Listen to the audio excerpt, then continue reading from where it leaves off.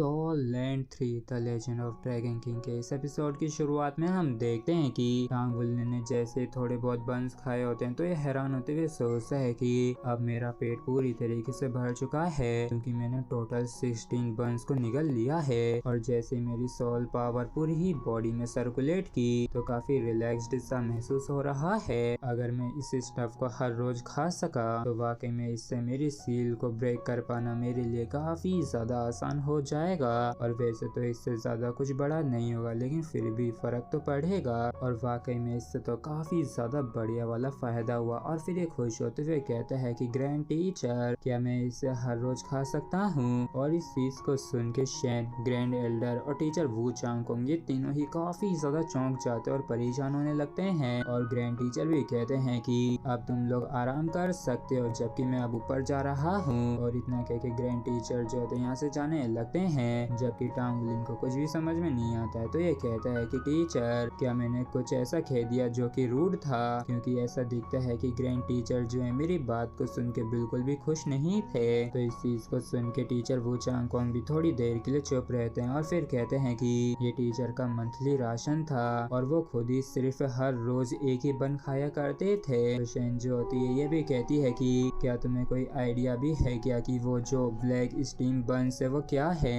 वो एक किसी तरह की डीप सी लिविंग फिश से बने हुए हैं जिसके मीट में काफी ज्यादा बड़ी मात्रा में न्यूट्रिएंट्स पाए जाते हैं और सिर्फ सी गॉड पवेलियन के एल्डर्स को ही इजाजत है इन सभी बन्स को खाने की। और देखो यहाँ तक कि तुम्हारे अंदर तो इतना भी साहस था जो तुमने हर रोज खाने के लिए उनसे पूछ लिया। और इस तरह की चीज सिर्फ तभी पॉसिबल हो सकती है अगर सभी एल्डर्स अपने अपने शेयर्स में से तुम्हें अपना एक हिस्सा दें। जबकि जई जई जो होता है ये भी कहता है कि ये जो ब्लैक स्टीम बन्स है ये वाकई में काफी अमेजिंग है। जबकि गुई जो होती है पीठ पीछे एक एक करके निपटा रही होती है। और तभी टांग वुल्न जो होता है ये कहता है कि तो फिर ठीक है मैं इन बाकी के ग्रैंड टीचर के लिए छोड़ देता हूँ। तो टीचर शेन जो होती है ये भी कहती है कि टीचर ने कहा है ना तुमसे इन्हें लेने के लिए तो बस तुम इसे रख लो।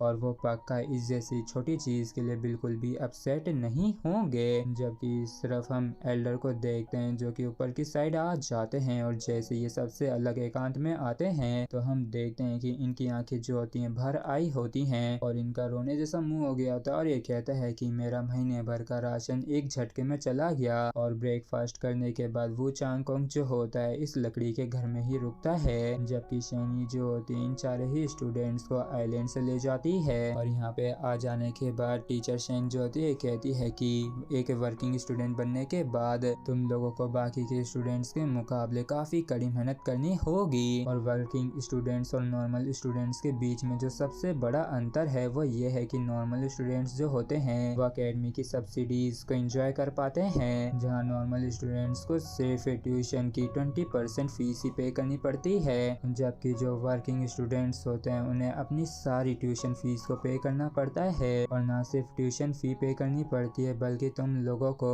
स्कूल एकेडमी फेयर ऑफिस के द्वारा जो असाइन किए गए टास्क है उन्हें भी कंप्लीट करना पड़ता है। और एग्जाम्पल के तौर पे यही ले लो कि जो सबसे ज्यादा बेसिक टास्क है वो कैंपस की साफ सफाई करना है। और हाँ बिल्कुल तुम कुछ जॉब्स को ले सकते हो जो कि तुम्हारी सेकेंडरी प्रोफेशन से रिलेटेड हो। जबकि टांग वुल्न जो होता है पूछता है कि टीचर शेन ट्यूशन जो है काफी ज्यादा एक्सपेंसिव है क्या। तो इस पर टीचर शेन भी बताती है कि ब्रेक एकेडमी जो है ये उन रिसोर्सेज को भी एक्सेस करने की इजाजत देती है जो कि कहीं और से हासिल नहीं हो सकते हैं। और ये जो रिसोर्सेज है काफी ज्यादा वैल्यूबल होते हैं। तो इस वजह से वर्किंग स्टूडेंट्स को काफी सारे जॉब्स लेने पड़ते हैं काम करने के लिए जिससे कि वो हर साल इनकी फीस को पे कर सकें। और एडमिनिस्ट्रेशन जो है ये तुम्हारे लिए सारी चीजों को अरेंज कर देगा। जिसके बाद ये एडमिनिस्ट्रेशन में इन सभी को ले आती है और कहती है कि हेड ये सभी इस सेमेस्टर के वर्किंग स्टूडेंट्स हैं। तो ये जो हेड होता है ये कहता है कि तुम लोग एक चीज अच्छे से याद रखना कि वर्किंग स्टूडेंट के नाम जो है तुम लोग खराब मत करना।